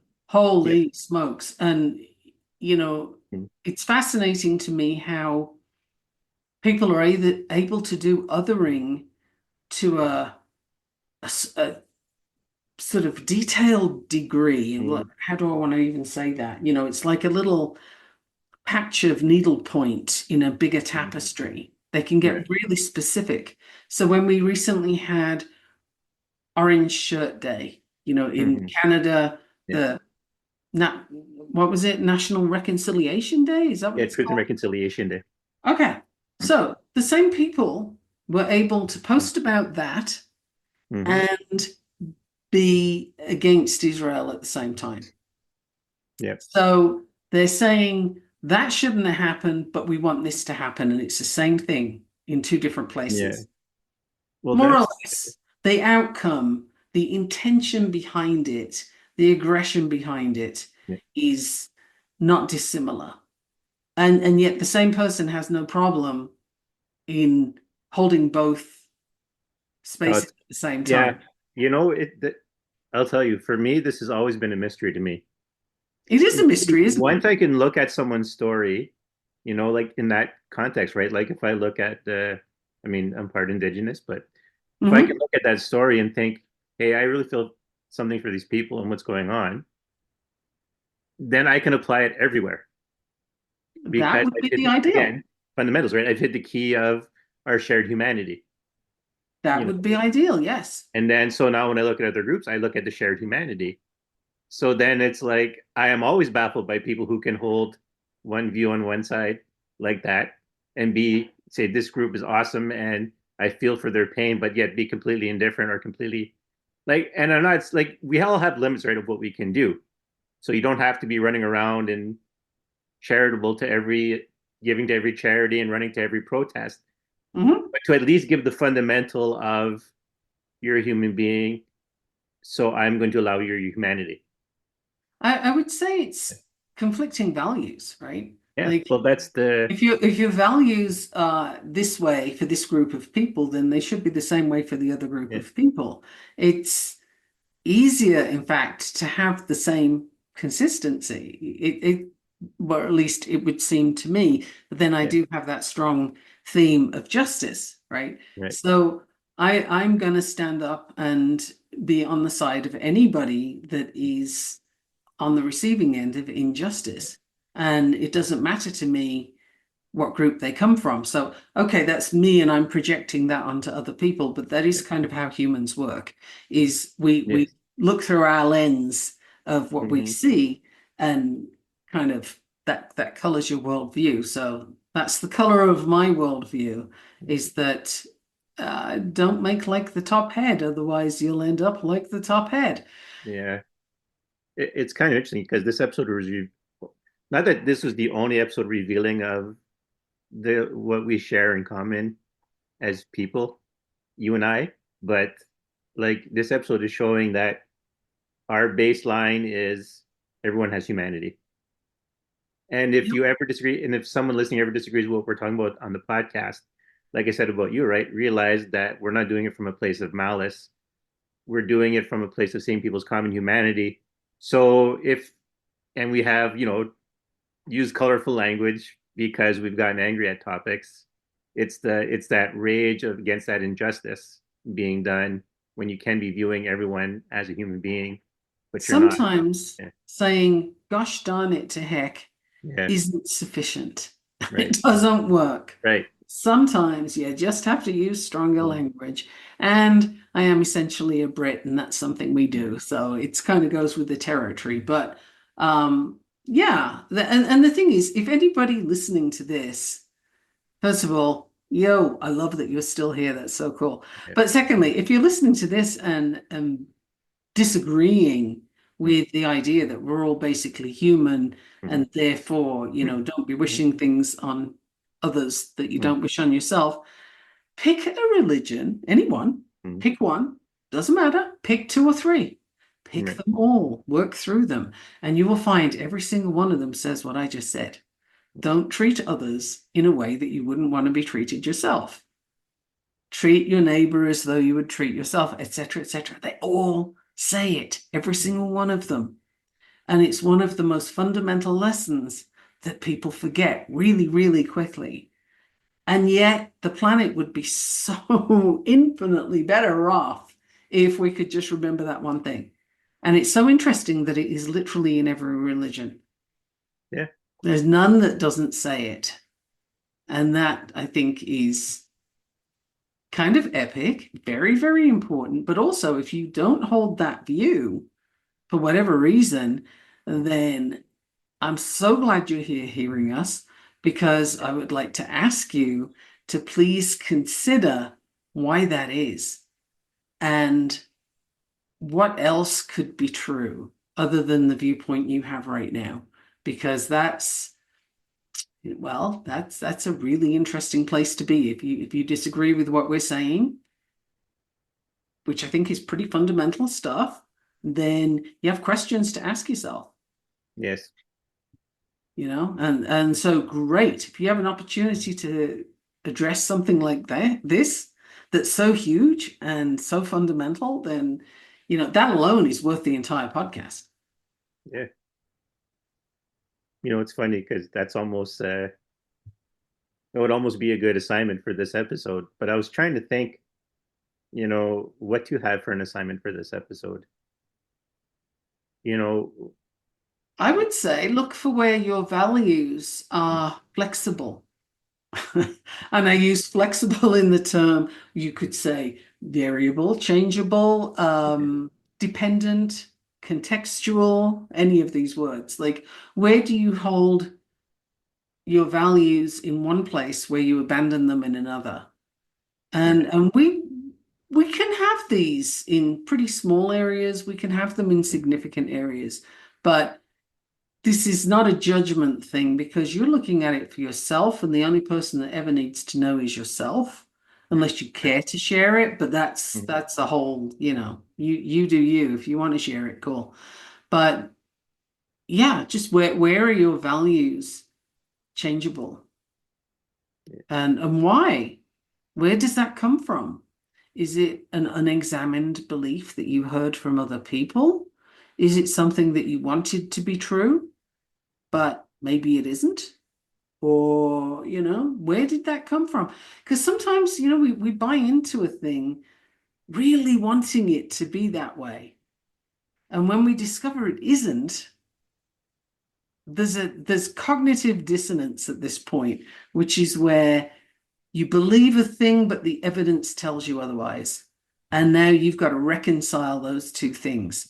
And that's a hell of a thing to ask a human being to do because we don't do well with cognitive dissonance. And so the typical response is to ignore the thing that disagrees with your viewpoint and find other things to back it up. Again, we see this in the political environment all the time, but we see it in other places as well.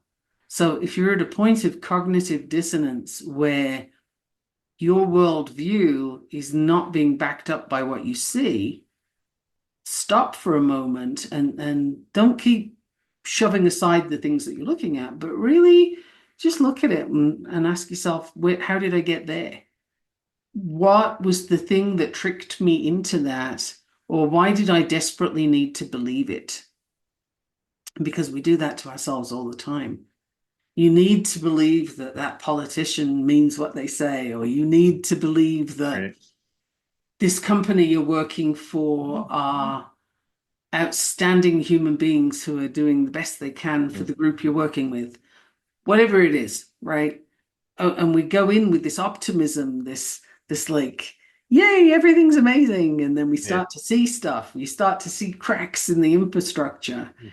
and how long are you going to ignore them before you realize and accept, which is more important, you accept that that was not what I thought it was. And now what are you going to do? I don't Mm-hmm. know. Is that an assignment that we can you can put into more simple language and have people use? Yeah. Yeah.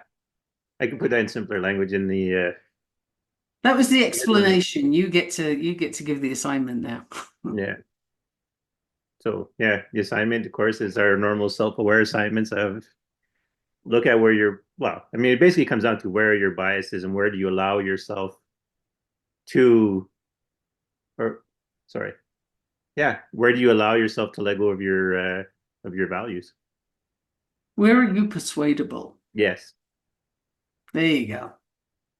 That's a really good question. Actually, I'm going to put that on a sticky note. I like that one. Where are you persuadable? Yeah. That's a question I think I will do my best to ask myself on a daily basis because you never know what comes up. And it can be small things, right? It doesn't have to be big life-changing events every day, but it could even be, you want to give up sugar Yeah. in your diet. So where are you persuadable? That's a hell of a question, right? Yeah. Well, I'll just have this artificial sweetener, or, oh, Mm-hmm. it's my birthday, I can eat cake, or Yeah. what is it? Where are you persuadable? I like that. Literally just came up with it, but I like it. I'm going to play with that. Yeah. You know what? I think that's a good place to end the episode. It was a very good Awesome. episode. We don't need to add anything new. And it wouldn't be an episode if we hadn't finished with human design and got into this deeper stuff. Because by now, everyone knows this wouldn't have been it wouldn't have been a complete, fulfilling episode if we hadn't gone into something else. Absolutely. And that's the way they're always going to go. Yeah. So on that note, once again, I am Daniel Dubois. And I'm Michaela Gaffinstone. And until next time. Until next time, this has been fun. Hmm?